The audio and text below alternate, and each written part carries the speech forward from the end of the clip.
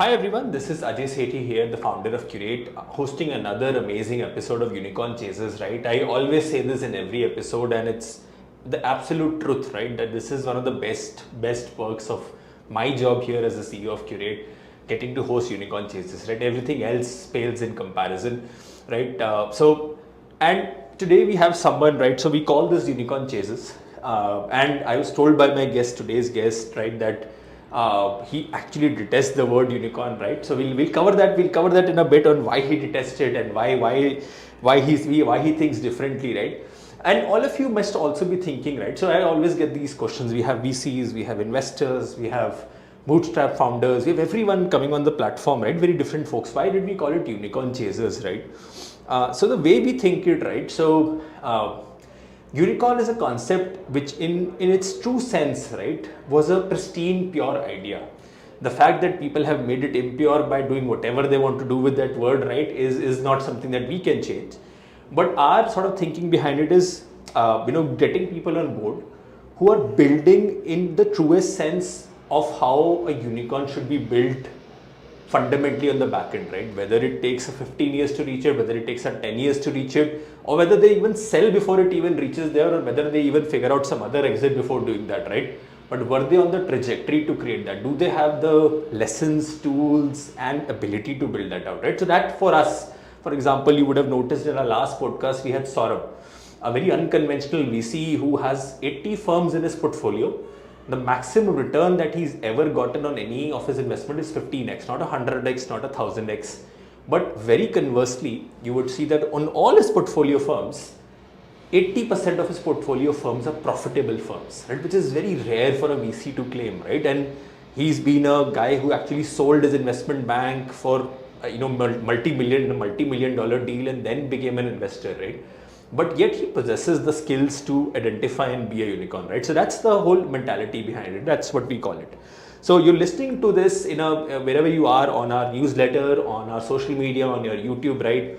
We have some amazing guests always over. We'll jump into other things in the middle of the podcast, right? But let me not commit the mistake that I never commit, which is introducing my guests on who they are, because I'm always sure my words will fall short. Today we have someone amazing over. Bhanu would love to have you introduce yourself and then we can take this ahead. Hi guys, my name is Bhanu. It's a longish name, Chandra Bhanu Patajoshi. So people sort of shorten it and call me Bhanu. So I have had a decent amount of corporate life, 17 years of corporate experience, which was largely with brands like Times of India, Star TV, I built radio stations, was also the head of strategy at Yahoo, and then I also, as a business head CEO, ran big data companies much ahead of its time. Having these experiences, my portfolios were largely P&L, strategy, revenue, management, and so on and so forth. So, given that I had spent a large part of my life in advertising and sales businesses, I ended up actually looking at a completely different ecosystem, which was downright out there, solving problems in an extremely deep-rooted manner. And that is where I am, founder of two brands called GoSeeko and SkillCamper. GoSeeko actually operates in the space of higher education and provides study material which is building access to education for tier 2, tier 3 college students. And SkillCamper is all about building skill for students and placing them in, giving them good career breaks, giving them the best salaries. So SkillCamper is in the field of skilling, and GoSeeko is in the space of building study material. We help students from tier 2, tier 3 colleges move from academics to career, and that's how both these brands have taken shape. So that's a bit of a 30,000 feet overview about what I have been doing. Thanks Ajay for having me over. It's been an absolute pleasure to come and speak with Ajay. Ajay has a very interesting past, I was super impressed to hear what all he has done, and I think this venture of his is exciting. And I hadn't come across a venture as exciting as this. So all the best to you as well. Super. Thanks Bhanu for making this introduction, right? And whenever so there's this word, right, that we always hear experts who come on the platform who have long corporate careers, right, say that they'll say I have 12 years of experience, 15, 17, right? And I'm always sure that there are hundreds and hundreds of war stories embedded in those 17 years, right? And there are battle scars, there are victories, there are wars being won, wars being lost, all of it, right? And in hindsight, some of them might seem small, some of them might seem big, right? Across your 17 years of experience, right? What was that one high point, right? What was that one stint that you recall out of those 17 years that this was fantastic, out of the world, something that I had never done in my 17 years? Or is it all that it was part of the journey? I would like to call out something as being the top or being the lowest. It's a in my 17 years, I had a lot of highs. I moved as a sales guy in Times of India. I moved as a sales guy to handling the brand in many smaller regions. With Star Television, I ended up working with very fashionable niche channels, the English channels that time. And then I was head of strategy at Yahoo, so big job. So very big highs in my life. But I think one of the most insignificant stints which I did was like a short 8 or 10 month stint in a small soft skill building company in Bangalore after my Times of India job for a very short time, for about 10 months. It was a soft skill, company. This company ended up setting its feet in India, and they wanted me to do business development, and they wanted me to sell certification courses. Okay. That 8 to 10 months, I can tell you, if I would not have left them, they would have sacked me probably. Okay. But my biggest learning.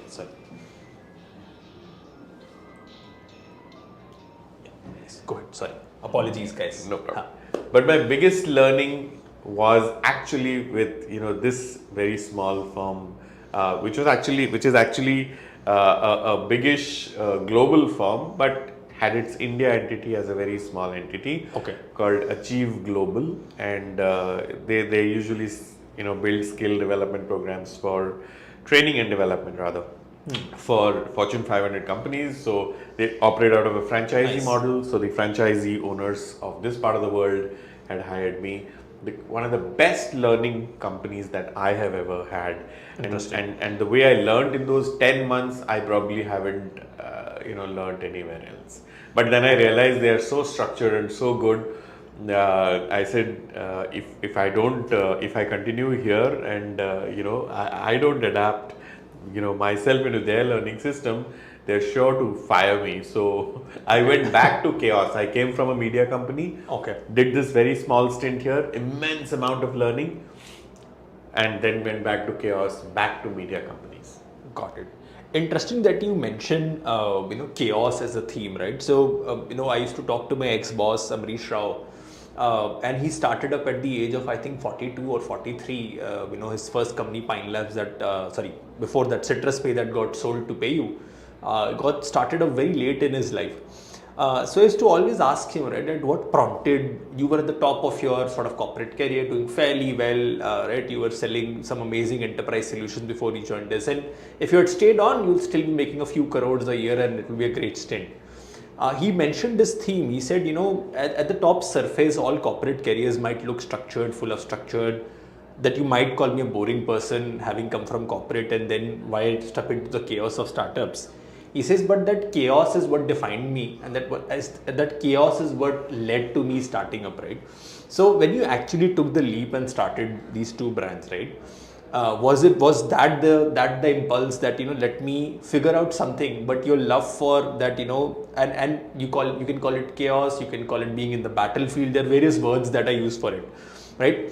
What was that inner urge to let's say let's jump back into building something from scratch, right? And as there's a converse story. One of our investors was saying that most of their successful founders are above 40. He says, but it actually gets even more harder to start up post 40 or post 35 because you've actually figured out life. So you're either fixed in your corporate ways and you're like, this is life, it's working, I've done all the hard work in my 20s, let me enjoy it now, right? Enjoy in the sense that you don't have to take that many risks, right? But he said, but if those founders jump in, post 35 or post 40, they're the best folks to start up, right? Because they figured out networks, they figured out what makes a company take, they know hiring, they know all of the levers that will make a company work or fail, right? Converse to a 22-year-old starting up, right? Which has its own advantages, but comes with massive disadvantages as well, right? What was that urge for you that led you to jump into this? Was that urge for chaos? So I think from a characteristically, I have even in my corporate life, I have always solved problems. Okay. I think I have actually, if I like these famous words of Steve Jobs that you can connect, when you connect the dots back, that's when you realize there is Makes a sense. path, right?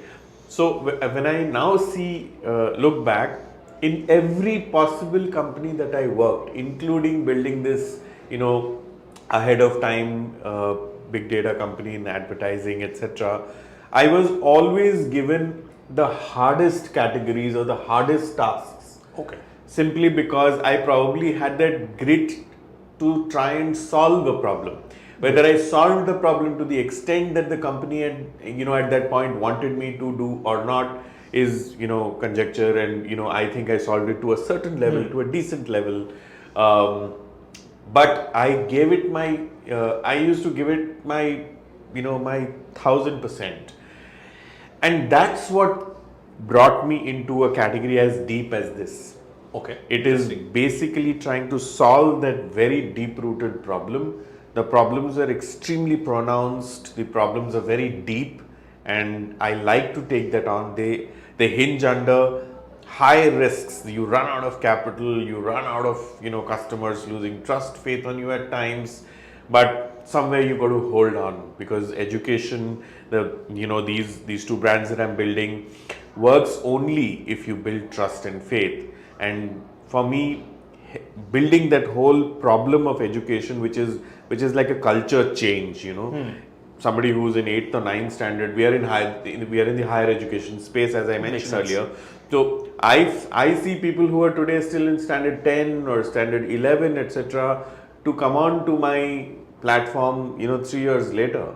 So I see this as a platform that will evolve and become big in time, but making this very deep rooted attempt to solve is what actually pushed me into starting up. So yeah, I mean, age was not a barrier there. Got it. Super.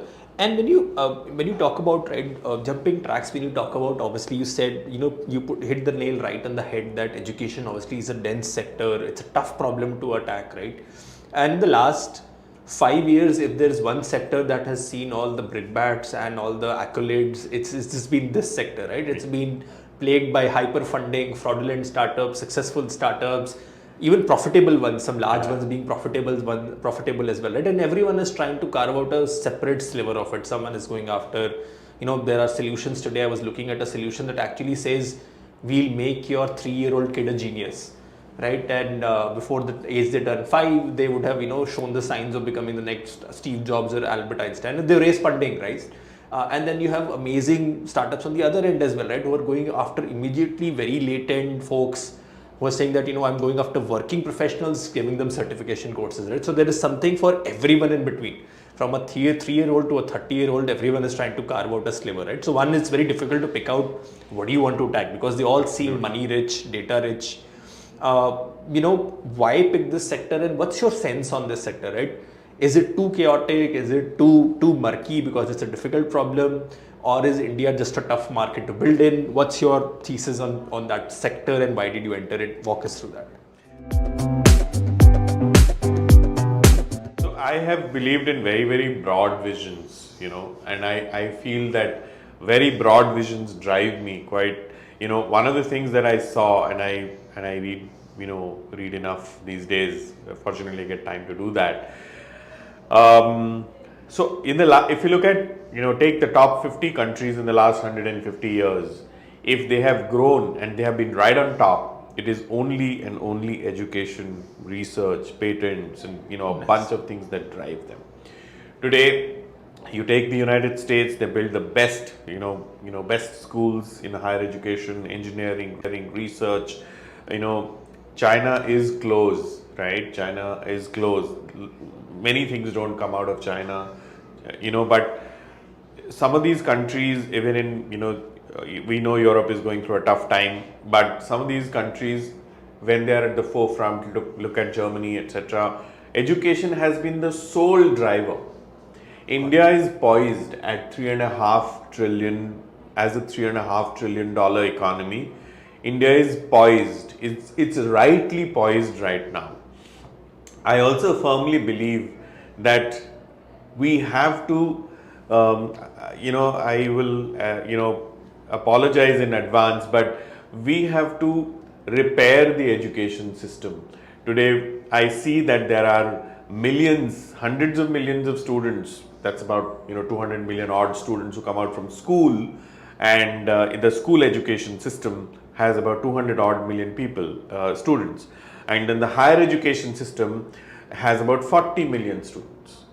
So where does the balance go, right?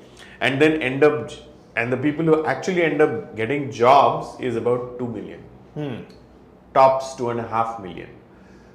So, that funnel, it's staggering, okay? And the big vision drives me that if we have to hit a 5.5 trillion, or if we have to hit, a 10 trillion in the next, say, 15 to 18 years, there's only one category that will make this move, which is education. Without this country is not going to move, and I'm passionate to drive this. Interesting. Super that you mentioned this, right? And I was just talking to an edtech founder the other day on our podcast, and he's in a space which actually does test prep a lot. And he said they did a lot of this, experimentation with trying with alternative ways to educate people, teaching scientific skills to younger kids. They went through multiple pivots. And then he said, for whatever, the lack of whatever the maturity in the market or whatever it is, India is just purely a test prep market for medical, JEE, CAT and, UPSC. He says that's what it is. He says that's the end of it all. He says, the point that you mentioned, right, at end of the funnel, very few people reach. He says, I realize I'm targeting the end of the funnel. People have reached an advanced stage to go for a CAT or to go for a UPSC, right? He says, I'm absolutely barking up that end of the tree. But he says, that's the reality of the market. That's where it all is. It's test prep or nothing. And anything else that you sell will sell by fraud or sell by fraudulent means, right? And he says, I don't know if this is going to change or this is going to sort of transform. And the idea that you just mentioned, that India needs that repair, right? Does delinking education from just preparing for these, one-time tickets to sort of fantasy, which is all an IIT or an IM or a UPSC or a doctor degree is, right? That you get in and you rise above the masses, right? That's all that it is. Do you think India fundamentally the education needs to go beyond that? Are you trying to solve for that? Walk us through, what do you think the depth of the Indian education market is? See, you can't take it away that, the 2% or the 1.5% rather is today getting into the IITs and ITs bits, the IIMs, so on and so forth. And that's about 1.5%. And then comes the tier 2, tier 3, and so on and so forth. And then there is tier 2, which has about 1 or 2% of the tier 2, 1 or 2% of the tier 2. Okay. The tier 1 is already 1.5% entirely. Makes sense. So, 1.5 to 2% of tier 2 is also a smart audience. Okay. Given access to education, given access to good skill development, etc., they can change the path. Okay.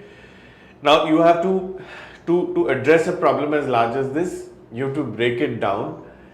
You cannot go to the bottommost tier, unfortunately, in this country as of today, given that the government, invests immensely into, ITI, diploma, and, so on and so forth, and is now trying to, also invest a lot into even the lower segments, the electricians, the plumbers. So there is a whole thing to skill people so that there is productivity in the economy, right?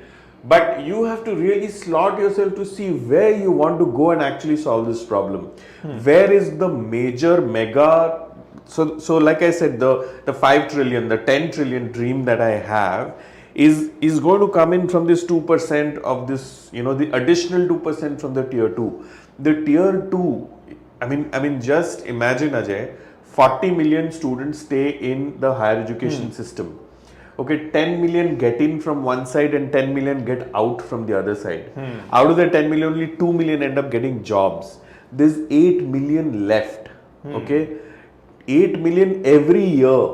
Okay, if you hit that continuously for 5 years, 10 years, see the kind of expertise that you could create in very, very specific sectors, and that can change the game in the, as far as the country dream goes, or as far as, the employment graph goes. Okay, today we have national skill development and all of that. See, national skill development and all of these programs today cater to the masses. Okay, makes sense. Which is okay, because they have to play their role in that. Yeah. But there is this major productive segment which can triple the country's economy, which is I am focused on that.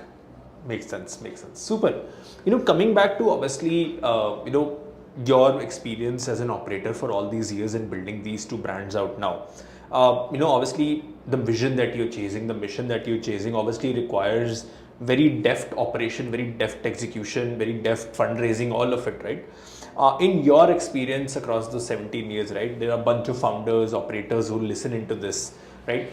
What are the key skills that you think, if you're chasing a wide mission, right, that really stand a founder or an operator in good stead? And what's helped you, right, from your 17 years of experience? What's that 1 or 2 skills that really have caused that this sets me apart from other founders, right, or other companies? And you're chasing a massive mission, as most founders believe, right, that they're transforming something or the other, whether it's through, let's say, launching EV bikes, they're transforming how climate change is affected, or at the education segment, or bringing financial inclusion to the next 100 million, right? So everyone has that innate belief that the market is huge and there is huge untapped potential in India, right? But what do you have to do right as an operator to get it, to make that happen? There are very, like, 2 small lines to this. Your skin in the game has to be immense, and stick it out, because you will go through these massive bouts of crisis, no capital, product not taking off, but the only thing that you have to put out there is your belief that this is going to work, because you've obviously gone through the product market fit scenario, and you've gone through that stage. Yeah. Presumably everything is done, but sticking it out is critical. I'll tell you why this sticking it out is critical. Because consumers change. Makes sense. Right? What you were when you were in college and what you are when you have a house right now. Consumers change. Consumers change in 2 years. Consumers change in 6 months. Right? Makes sense. So you got to stick it out, because you have defined a target audience, and suddenly you see the target audience when you're doing your research, and suddenly you're finding, oh my God, this target audience is moving somewhere else. And then there are new entrants you have to catch. And then there are more people you have to sell a different story to. If the Gen Z is moving, the millennials had a different story. Suddenly the Gen Z has a different story. And, the whole rural market in India is aspiring to get there. The rural market in India 10 years ago did not have phones. Today the rural market is flush with smartphones, right?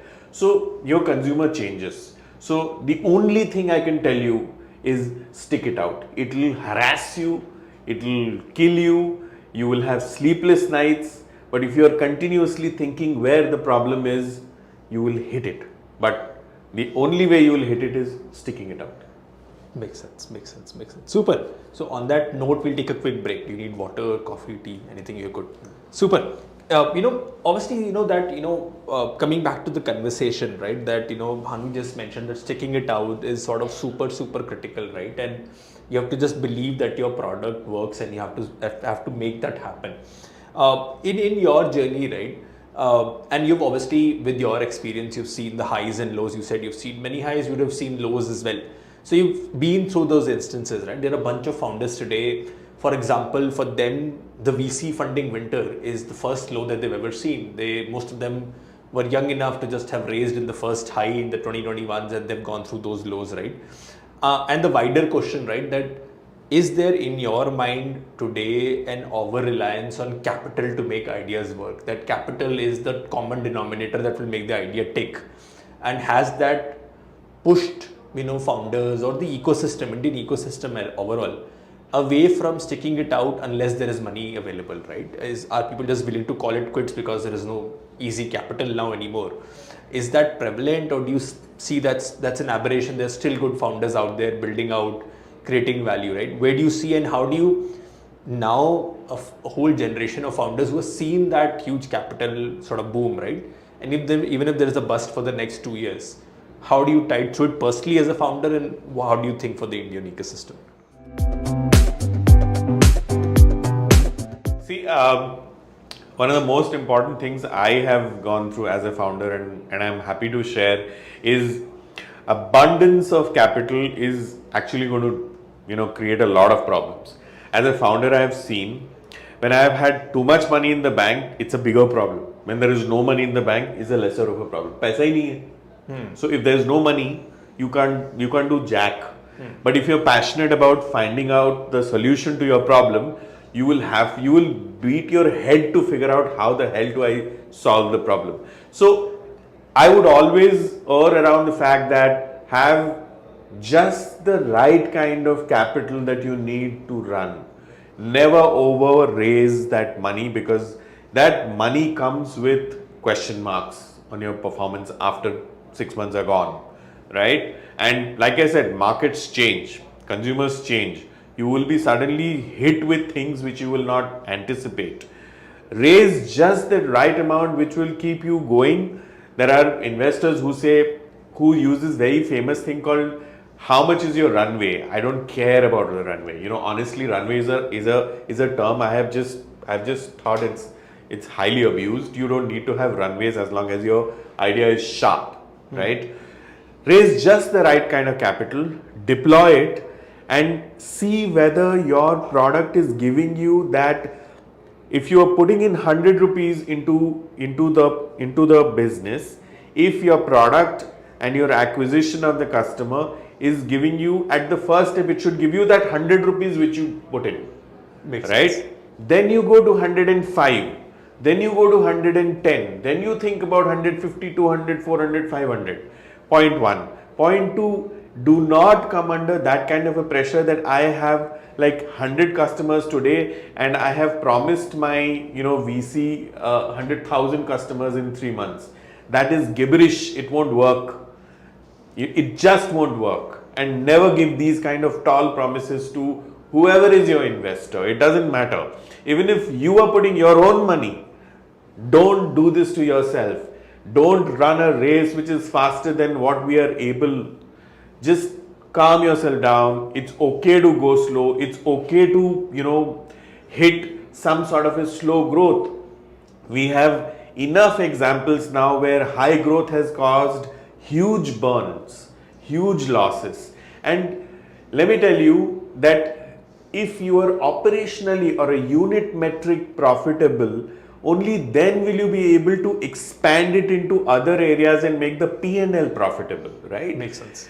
You can't think that I will become, at a volume game, I will become profitable when your unit metric is not working. Just don't buy into that. That's, that's one thing I'll advise. Second is, never fudge numbers. Be real to yourself. If anything or anybody will get hit if you fudge numbers, is you yourself. The VC is secondary. The VC or the investor is really secondary. They are enablers to building your idea. And the third thing is, please, for heaven's sake, somebody created this misnomer, and I'm dead against it, is that founders have to spend 80% of their time raising capital. It was your idea, it was your work. You need to spend 80% of the time to build the company and 20% of the time to raise money if needed. Don't spend it the reverse way. That is absolutely a no-go. And Makes people sense. who will follow these three broad principles, I can tell you they will go through. Heaven, hell, whatever comes, economy, bad economy, great economy, it's just, they're just going to go through. Don't get waylaid by when the market bounces back. It'll come with asks which you again will not be able to fulfill.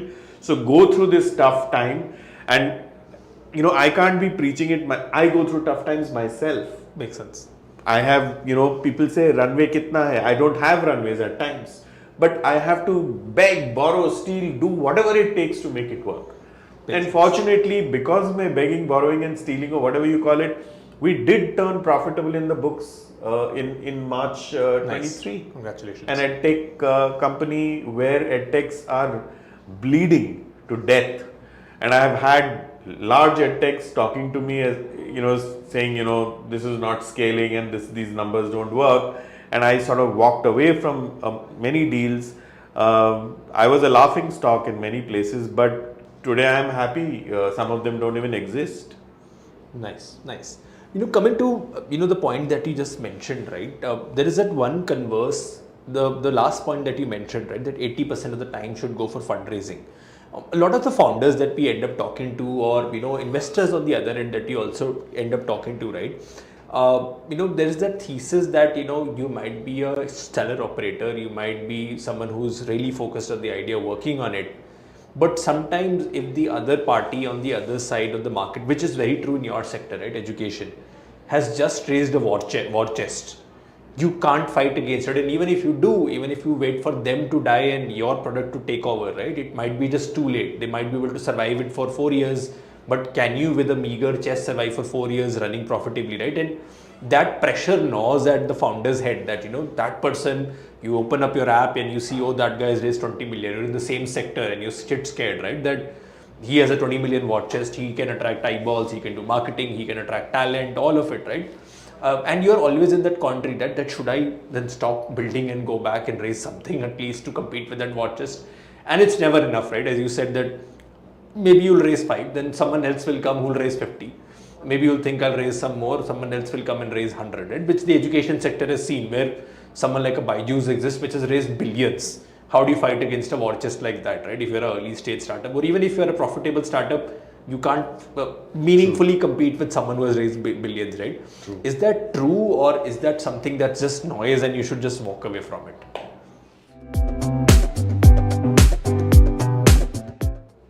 See, part of it is true because part of it is true only because it impacts psychologically.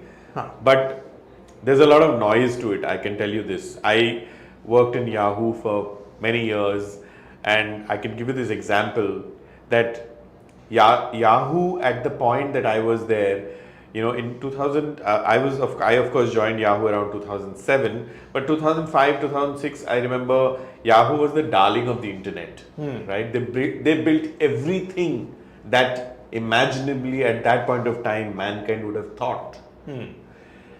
Google came and did it better. Makes sense. Okay, Google was a startup, came to Yahoo twice to sell itself to Yahoo. Okay. Facebook came once to sell itself to Yahoo.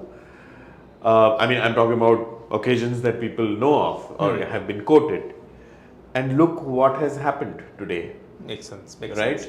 So it's a whole load of noise at some point. Focus on what your target audience is. Focus on what the target audience's problem is.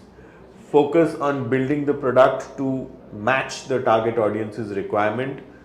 Don't worry about who's a gigantic player out there. You have one guy who buys it, that guy will send it to the next guy, and the next, and the next, and the next, and you will grow. The guy who has $20 billion of, or 20 million or $1 billion of war chest, if he is not as smart as you in terms of his product implementation into the ground, Yahoo, Google example, story changes. Makes sense. Super, right? So the point that you obviously mentioned, right, that obviously you can wait out war chest if you're just smarter, if you're better at execution, right? Absolutely fair, right? Coming to obviously your example today in building, right? When you built out these two brands, what has been the most startling revelation in your journey when you're building out for this market, right? Something that really shocked you about the product, the consumer, the Indian market. That, oh, we didn't know this, despite all the insights that you had earlier, that this is something we didn't know, whether it clicked for the better or the worse, but something that you didn't really plan or anticipate for. One of the things which I can tell you upfront is when I was building, I mean, we continue to build both, of course, but when I was actually taking GoSeeko, which is the study material brand which is the study material brand providing access to, tier 2, tier 3 college students, we thought this is a product which is going to be, I came from this consumer mindset that, I put it out there and students will grab it because it virals in colleges. It virals. Okay, this is everything virals in colleges. Yeah. The youth virals everything. Yeah. We realized with study material or with padhai, as so to say, it doesn't viral. Interesting. Okay. Yeah. It doesn't viral. Makes sense. So you have to sell to every student or a group or a the campus ambassadors that we created in very remote areas in Bihar or in Odisha or even Maharashtra. When you went ahead, gave them t-shirts and then gave them these opportunities to create this study material within their groups, etc. Not everybody bought it. So I thought it'd be like that you put a drop of ink in water and then water will turn blue, and that is how it is going to be, this magic that I'm creating. And this was the biggest thing that hit me, and I said, oh my god, this is not viraling. Why? Because PVR tickets will viral or show, everything else virals, right? Then you realize that the consumer in colleges are different. Interesting. Right? And especially when you take it to a category like education, like I said, padhai, study material, serious stuff, it doesn't viral. They will not dole out even 200 rupees, but they will pay 500 rupees for a movie. And even in, I'm talking about tier 2, tier 3 towns as well. Interesting. So that sort of shook me, and I said, this is I was aghast. Interesting. Super. So guys, you're listening into obviously a very absorbing conversation with Bhanu that we are having today. And as I say, and I will always keep repeating it, it's one of the best parts of what I get to do here as a founder at Cur8. So you're listening into this on our newsletter. If you're not already a part, if you're listening to somewhere else, there is a newsletter we run for founders, operators, investors. 1,600 folks are already there. The advantages are not just content. We keep holding physical session, events, founder brainstorming meetings, all of it, right, to really make sure that while we enable hundreds and thousands of candidates to land revenue jobs, are the founders and builders of the future enabled to actually absorb that great talent, right? Are they thinking on the right lines? So if you're missing out, go and sign up, right? The link should be visible somewhere on our YouTube or our LinkedIn pages. You're obviously listening to this somewhere on our social media as well. We recently touched 70,000 on the community and about 110,000 on LinkedIn. So thanks a lot for whatever you're doing out there to make us viral, right? It's really coming across all the love that we see, right? On the DAU, on the app, we touched some amazing numbers. So I see amazing virality. We saw 500 posts going out yesterday asking about sales, right? And for me, as Bhanu was saying, that was a revelation for him. It was a revelation for me. When we started out, everybody said that nobody wants to talk about sales as a career, right? It's a dead end. What do you talk about sales, right? And we have the most interesting queries coming up every single day. In fact, yesterday there was a 50 comment thread, if you can go and check it out on scholars.cur8.in, which was about how do you sell sexual wellness products to tier 2 markets. It was the sales guy asking that query. There were literally 50 meaningful comments on how people have done it with similar taboo products, so to speak, right? And it was a revelation. I never expected that to pick up, and it's been picking up, right? And it transcended language. People were answering Hindi, people were answering in English, right? So that's a revelation that founders go through every day, right? everyone. Coming back, we took a short break, and absolutely riveting. This is one thing that I hate about all of my Unicorn Chases podcasts is that I have to end them at some point in time. And I've had sessions where recently, if you've seen, we had Arjit from Marshot Ventures, where we actually did a part 2 because it was such a long conversation. The first one that we actually had to break it into two 45-minute sessions, and the second time over. I don't know if that session is live on the community or not yet, but if it's going to be, it features someone really special. It features the two founders of Razorpay. So both the founders were gracious enough to come down here and actually be a part along with Arjit, and we had a 4-member chat in one of our meeting rooms here. It was absolutely riveting to see two profitable unicorn founders coming here and speaking in depth about what makes the culture at Razorpay tick. And Razorpay obviously upskills and hires their complete revenue teams off us. Right, so they're a happy customer, happy sort of podcast guests. If you're a candidate out there, right, amazing companies like these are always hiring, right, from entry-level BD profiles to right up to VP of growth and VP of sales, right. All of it happens on the Cur8 platform, which ensures that if you're looking for a career in revenue roles, this is what it's all about, right.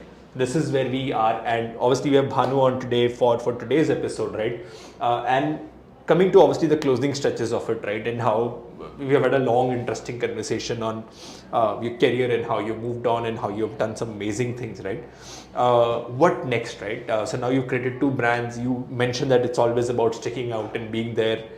How does someone like you, who's been a seasoned operator and believes in a very different class and different way of building startups, right? Where do you see the next, sort of 5 years for your brand going?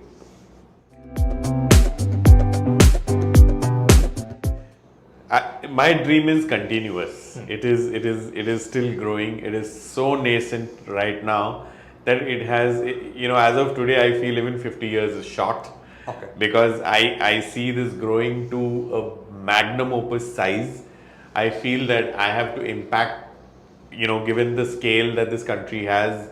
Like I said, there are 200 million students in the school education system. There are 40 million students in, the higher education system. I have a long way to go. There are only 2 million students on my platform yet. And for me, it is building for the rest of the world from India. Oh, nice. And I deeply believe in this. I also want to be the only solution in higher education, or rather the only solution in education over the next 50 to 75 years. I will not live, but I never want this dream to die. So I will build something which will, which the next generation will carry forward. So and very unlike a lot of startup conversations where people say exits and stuff like that, or unicorn or no, my dream is to impact the millions who are still out there. My dream is to be a part of this journey of the country, which is going to hit 10 trillion in maybe 15 years from now. My dream is to change the employment graph in this country. So I'm just getting started. That's my dream. Got it. Super, right? And obviously, this is one question that I always struggle with, right? When I build as well, and when we talk to builders on the platform, founders who come on the platform, and investors, obviously, right? Because they have an end date always. That as founders, you always think mission critical. You always think that, how do you building an enduring company, right?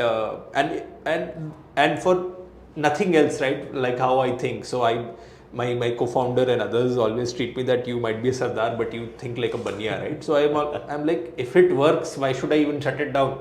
Right? Why not keep growing and make money out of something that works, right? Why do you need to contrive an exit out of something, right? Yeah. And even if it gets you larger money, one-time exit, but if it's working, it's giving you money, it's a place to go to work and actually keep improving margins, it's a good business, right? And keep building that out, right? For various reasons, for impact or for profit, right? You think that the business should go on. But on the other end, right, you will always run into stakeholders, for example, employees. You will run into obviously investors, right? Even if you don't have investors, you still have employees, right? Not everyone carries that vision, right? People have maybe a 2-year vision in your company and then want to move out, or have different aspirations, right? And their journeys and their lives change. and they're not as closely tied to you as you think, right? Or to your mission. No matter how good those employees might be, it's not a fault of theirs. Absolutely. Maybe they're not just wedded into it for some reason, right? How do you continuously sort of strike a balance between that long-term arc and then fighting battles where, you know, someone has put down papers, or someone is, you know, looking for a switch, someone says give me salary hike or I'll leave, or the investor barking down your head that, you know, if you don't grow by X% next month, you know, let's call a board meeting, right? And your head is in the next 5 years, right? How do you strike a balance between these two sort of odd scenarios? Yeah, there is no common way to strike a balance. All I can say is, if you're passionate about your journey, you'll enjoy this chaos. There is no one method, no one way. You just have to, you know, revel in this whole chaos that is being created, because your vision is so strong and it's so driving that you have to say that this is just learning. I will go through this. I will go through this. So it's you know, one of those many stories and memes that I go through in Instagram, and you know, there are these really lovely ones which come up and which tell you that, you know, the bad times will pass and so will the good times. Right? So you will go through this chaos and you will come on top of it, and then you will go through chaos, and then you will come on top of a bigger success and a bigger chaos after that. But for me, the dream has always been, look at 100 years of the Tatas, or look at, you know 50 or, you know, 40-50 years of the Reliance Industries. Look at Mahindra. The Indian giants today, over 60% to 70% of their revenues come from overseas markets today. Okay, they're built for the world. You know, truly global. Okay, and they're huge. They're inspirational for me, right? So I dream of building companies which transcend all barriers, all classes, all, you know, entire planet. You know, I dream of building a company as that in the education space. So for me, it is all about keep learning, and there will come a time when my day on this planet will end, and I would have prepared myself to hand it over to, you know, a bunch, a group, or whoever, you know, a board or whoever, to take it to the next level. I mean, I love a company like Accenture, which is running by a very tightly wound board, right? You know, there would be stakeholders, but it's run. So I dream a day will come when a company of, you know, this company at a time will be run by a board, you know, like an Oxford is being run, or a Cambridge is being run. I dream of that kind of a day. Makes sense. Interesting. Super, right? And it's always inspirational to obviously, and you know, sitting here hosting this Unicorn Chases series, right? It gives me immense pleasure that you know, you see founders of all kinds, right? And founders are, in a sense, our customers as well. All of you listening, right, who hire on the platform, upskill your folks of the platform, right? This is amazing, right? That we see. I've met founders who clearly have a vision to sell to a larger brand in 5 years, to, you know, founders who want to say that this is obviously an intergenerational company, right? And I don't also know the right answer, right? Maybe there is the right answer is somewhere in between, or neither of them, right? But I think it just truly shows that, you know, the founder depth or the building depth that is there in this country is just absolutely astounding, right?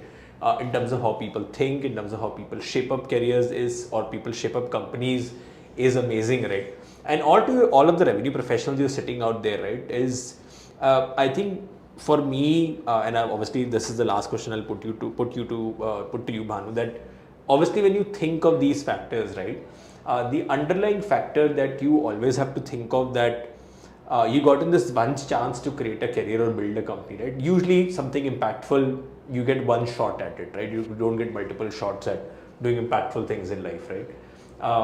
Do that and get it right? The minor hiccups in your career, like a salary not being hiked, or you're not gelling with your co-workers, will come. Or similarly, as a founder, other challenges, right, will come, right? All of that will come. But if you truly believe what you're working on is impactful, you have to tide it out. You have to figure out that it's a minor bump in the road, right? You don't leave the journey because sometimes just the road gets patchy, right, and it's not the highway, right? is that something similar that drives you, Bhanu? That's how I think of it. Is that something similar, or is there a different impulse or a feeling that drives you to stay true to the track? You have to stay glued to the track. Patchy roads, bumpy roads, plain roads. Like I said, sometimes good roads will go, bad roads will come, but your journey is charted. You have decided where you want to reach, or how where you want to get to at the next certain stage. And if all I can say is simply stay focused if your dream is out there. And let me tell you, some of the founders might just go after what you said. 5 years I want to sell it to the biggest brand. Absolutely okay. Everybody is right in their own way, right? There's nothing wrong in things like saying, I want to exit, I want to sell off, I want to merge. Absolutely okay. It doesn't matter, because tomorrow the company merges and possibly solves bigger problems with a bigger player. Yeah. So nothing wrong in that. It's just that my dream is to create this magnum opus playing ground, and let's see where it goes from there. For me, so stay glued. Super. On that note, right, I think that's what you should stay tuned to, right? So obviously, one final note, Bhanu, if you could obviously pitch the two brands that you're building, and how do users, how do candidates, how do founders, anyone who's a relevant audience, how do they figure out, how do they find out who's the relevant audience, and how do they find out about you? So, two brands, GoSeeko and SkillCamper. GoSeeko works in the space of higher education. Simply put, it makes study material, available to students in tier 2, tier 3 colleges in line with their university syllabus. So if you know of universities, colleges, tier 2, tier 3 has a lot of problems that happen today in this country. Very, multiple rudimentary, fragmented ways of, studying, these question answer booklets, these, hand-me-down notes, sometimes online, sometimes offline, professors not qualified, colleges having very poor infra. So a lot of these things, make big issues in terms of giving very seamless access to, study material to, for students in tier 2, tier 3. So if you know of people, reach out to us. We will just make this whole thing accessible. They can freely consume this for, some time before they, start paying. That is one. SkillCamper.com. Again, we have actually, because of my corporate background and my founder partner's corporate background, Sonam, we've had very, very good levels of connect with the industry. So for us, we would want some of you to tell us what are the kind of skills that you are looking to for hiring within your for people who you hire. What are the kind of skills that you guys are actually looking for, whether it's in digital marketing, full stack development, or data science, and a bunch of soft skills, etc. Because all of you, including me and including Ajay here, all of you want people who should be ready to operate from day one, right? Absolutely. We are building programs. There are certification programs, but we have boot camp programs which are skilling people to actually start delivering from day one, literally day one, right? So if you need people in, look up skillcamper.com, and you will see the kind of programs we are actually launching and getting out there. And we'll be happy to send people to intern with you guys. We'll be happy to send people to get hired by you guys. So yeah, I mean, super awesome, right? So two amazing brands, two very, very relevant audiences, both for founders and both for candidates out there, right, in your networks and for yourself as well. This is me, Ajay Sethi, signing off for another amazing episode of Unicorn Chasers. And as I said, I wish I could continue this for another hour, but I think the only asset that no founder can buy, no matter how hard they work, is time. I think everything else can be bought. Talent can be bought, money can be bought, customers can be bought. I think time is what runs out eventually, right? In the short term and in the long run, right? And thanks a ton on that note for taking out time to always give us some amazing feedback on Unicorn Chasers. We have made some wonderful connections. To give you a sense, 4 founders have ended up raising money from our VC partners because they got introduced to the VC through our network, right? Amazing connections. And some another exciting story. One of our earliest unicorn chasers, he spoke about his brand, spoke about it, and talked about it. He's actually getting acquired by another larger brand who saw him on our podcast, right? I made that introduction. I'm super glad whenever that happens. And we have had obviously enabled hundreds of jobs for candidates. When you guys see different founders coming on board, you want to work there, you want to get employed, you want to sort of figure that out. In fact, we had one of the amazing founders of a sexual wellness brand coming on board, and he said we ended up solving his biggest problem after the whole session was removing the taboo from what he was supposed to solve, right? And he said he's always thankful for hiring 5 BD folks for him on the platform, because not because talent was an issue, because till that podcast nobody wanted to work with him.